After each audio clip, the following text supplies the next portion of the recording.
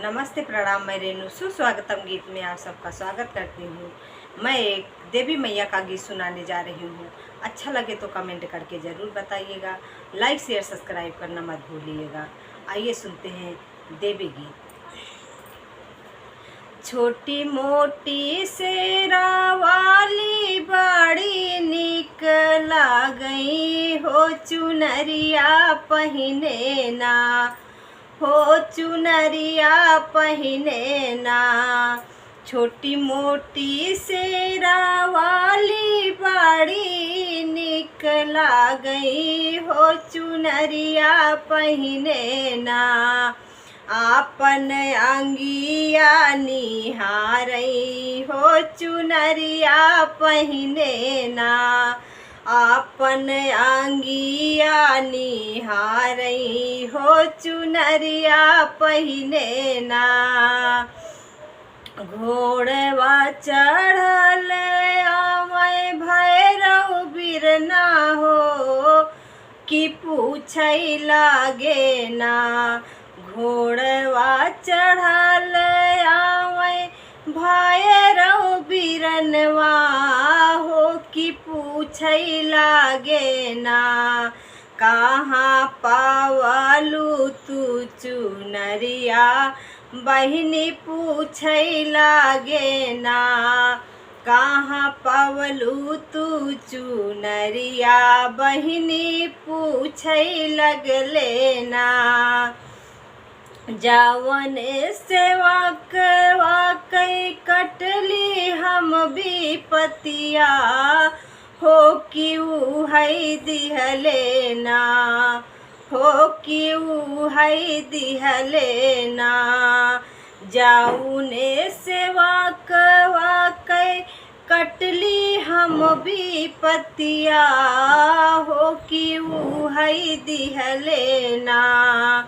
भैया हम के चुनरिया हो, क्यों है दिहले ना। भैया हम के चुनरिया हो, क्यों है दिहले ना। छोटी मोटी मैहर वाली मैया बड़ी निक लागई हो, नथुनियै पहिने ना। छोटी मोटी मैहर वाली मैया बड़ी निक लागई हो, नथुनियै पहिने ना।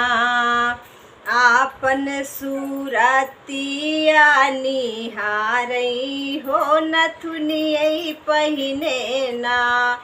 आपन सूरतिया निहारई हो, नथुनियै पहिने ना।